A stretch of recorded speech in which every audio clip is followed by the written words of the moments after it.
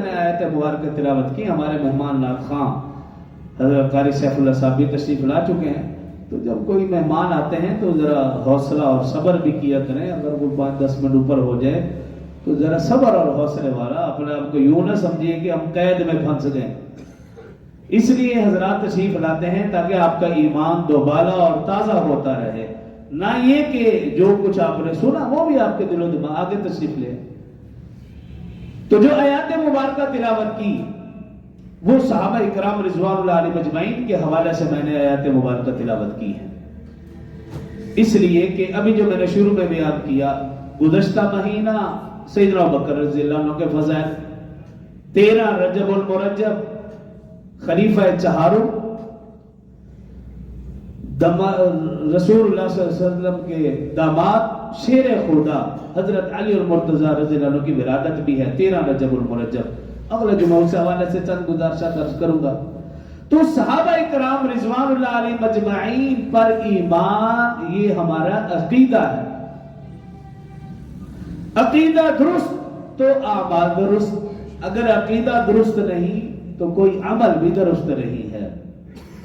اور خاص طور پر وہ عقیدہ جو قرآن نے ہمیں دیا، رسول اللہ صلی اللہ علیہ وسلم کے فرمان سے جو ہمیں ملتا ہے، وہ ایسا عقیدہ بن جاتا ہے جس کے بغیر گزارا ہی نہیں۔ اور صحابہ کرام رضوان اللہ علیہم اجمعین کا تذکرہ بار بار اس لیے کیا جاتا ہے کیونکہ آپ سمجھتے ہیں کہ ہمارے قرب و جوار میں، ہمارے ملک کی سرحدوں کے آس پاس ایسے کچھ لوگ رہتے ہیں، نعوذ باللہ آپ ان کی زبان سے کبھی ابو جہل کے اوپر لعنت نہیں سنیں گے۔ فرعون کو وہ برا بھلا نہیں کہتے، قارون، حمان، شداد کو وہ برا بھلا نہیں کہتے، اگر وہ کہتے ہیں تو نعوذ باللہ صحابہ کرام کو برا بھلا کہتے ہیں، ایسے بھی لوگ پائے جاتے ہیں۔ تو جن لوگوں نے صحابہ کرام کو تاریخ سے پرکھا، وہ خواہ کلمہ کو مسلمان ہی کیوں نہ ہو، آج تک اور قیامت تک جو شخص صحابہ کرام کو تاریخ کے اوراق سے پرکھے گا، اس کا گمراہ ہونا 101% یقینی ہے۔ کبھی بھی صحابہ کرام کو تاریخ کے اوراق سے نہ پڑھو۔ قرآن ہمارے لیے کافی ہے، رسول اللہ صلی اللہ علیہ وسلم کا فرمان کافی ہے۔ قرآن میں دیکھیں اللہ نے رسول اللہ صلی اللہ علیہ وسلم کی زبان مبارکہ سے اس قرآن کی تلاوت کروائی، جس میں اللہ رب العزت نے صحابہ کرام کی فضیلت، شان، عظمت بیان فرمائی۔ اور صرف صحابہ کرام نہیں، جو آیت مبارکہ میں نے تلاوت کی گزشتہ جمعہ بھی میں نے پڑھی تھی، والسابقون الاولون من المہاجرین والانصار، اللہ فرمانا ہے صحابہ میں سے وہ جو مہاجرین و انصار ہیں اور وہ جو سبقت لے جانے والے ہیں۔ اور پھر آگے کیا فرمایا؟ والذین اتبعوہم بإحسان، اور وہ جو صحابہ کی نیکی میں پیروی کریں گے۔ ان دونوں کے لیے اللہ نے کیا فرمایا؟ رضی اللہ عنہ ورضوا عنہ، اللہ صحابہ سے بھی راضی اور صحابہ والوں سے بھی راضی، دونوں سے راضی، صرف راضی نہیں، وَأَعَدَّ لَهُمْ جَنَّاتٍ تَجْرِي تَحْتَهَا الْأَنْهَارُ خَالِدِينَ فِيهَا أَبَدًا۔ اللہ فرما رہا ہے میں نے ان دونوں کے لیے، صحابہ کے لیے بھی، صحابہ کے ماننے والوں کے لیے بھی ایسی جنت تیار کر رکھی ہے جس کے نیچے سے نہریں جاری ہیں اور وہ ہمیشہ ہمیشہ اس میں رہیں گے۔ اور سورہ انفال میں کیا فرمایا؟ وَالَّذِينَ آمَنُوا وَهَاجَرُوا وَجَاهَدُوا فِي سَبِيلِ اللَّهِ، جو لوگ ایمان لائے، ہجرت کی، جہاد کیا اللہ کے راستے میں، والذین آمنوا ونصروا، اور وہ لوگ جنہوں نے ان کی مدد کی، اولئک هم المؤمنون حقا، یہی پکے سچے مومن ہیں، لہم مغفرۃ ورزق کریم، ان کے لیے بخشش بھی اور عزت کی روزی بھی۔ قرآن میں جا بجا بے شمار آیات ہیں، شاید کوئی صفحہ، کوئی سپارہ، کوئی آیت خالی ہو جس میں صحابہ کرام کا تذکرہ نہ ہو۔ اس لیے صحابہ اور اہل بیت اعظام پر ایمان یہ ہمارے ایمان کا حصہ ہے۔ اور احادیث مبارکہ میں دیکھیں، ایک دو احادیث بیان کر کے بات کو اختتام کی طرف لاتا ہوں، نعت خواں کو بھی پورا موقع دینا ہے۔ رسول اللہ صلی اللہ علیہ وسلم نے ارشاد فرمایا، اللہ نے مجھے اپنے لیے پسند فرمایا،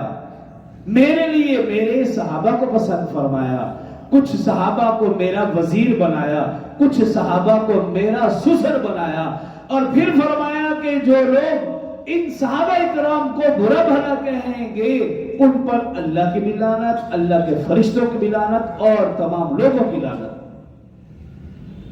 صحابہ کرام کو برا بھلا کہنا، کیا باقی کفار ختم ہو گئے؟ جیسے میں نے ابھی کہا، ابو جہل، فرعون، حمان، شداد،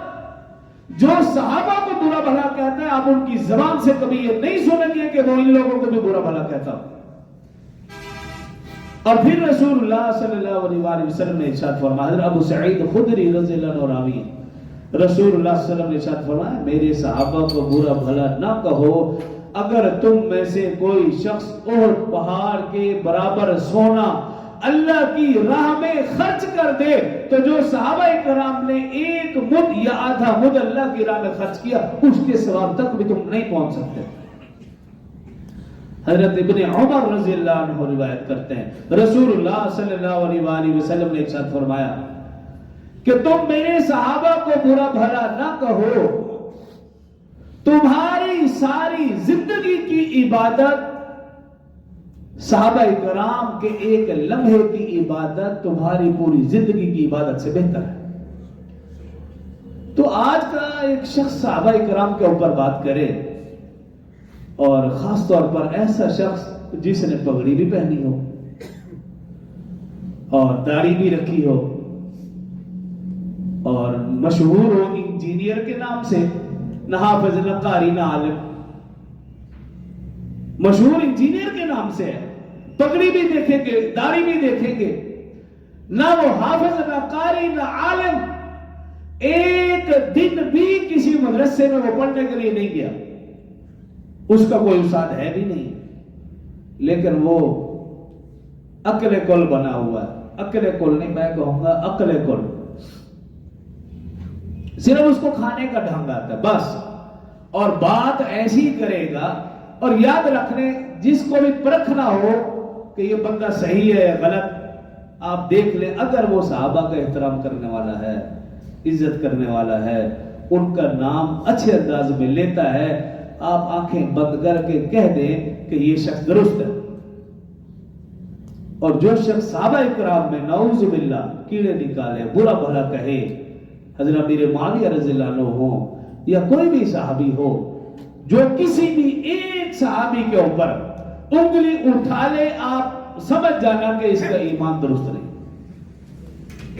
مومن اور کافر کے درمیان، مومن اور منافق کے درمیان فرق کرنے والی چیز وہ صحابہ ہے، آسان سا نسخہ ہے۔ بھی مجھے اور آپ کو، آج کے ملا کو کس نے حق دیا کہ وہ ان عظیم ہستیوں کے اوپر زبان درازی کرے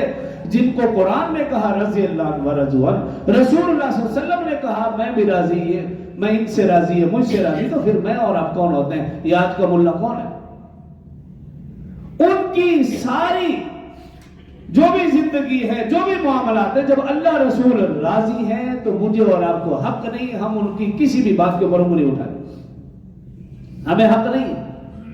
تو اس لیے صحابہ کرام رضوان اللہ علیہم، وہ ابو بکر ہو، عمر ہو، عثمان ہو، علی ہو، حسن ہو، حسین، معاویہ ہو، کوئی بھی ہو،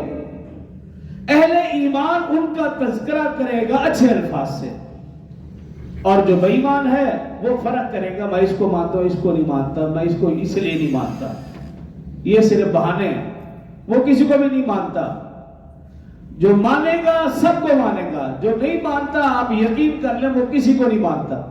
اسی لیے آپ دیکھ لیں جو 2، 4، 5، 6 کی بات کرتے ہیں، ان کی شکل، عقل، وضع، قطع، اٹھنا بیٹھنا، کلمہ، نماز، روزہ، زکوٰۃ، حج، کوئی بھی چیز ان صحابہ کرام سے نہیں ملتی۔ کوئی بھی چیز، آپ کلمہ دیکھ لیں، آپ نماز دیکھ لیں، آپ روزہ دیکھ لیں، آپ زکوٰۃ دیکھ لیں، حج دیکھ لیں، کوئی عمل بھی ان کا ان صحابہ کرام سے نہیں ملتا۔ کیوں؟ وہ صحابہ میں فرق کرتے ہیں، فلاں ایسا، فلاں ایسا، ہم فلاں کو مانتے ہیں، فلاں کو نہیں مانتے۔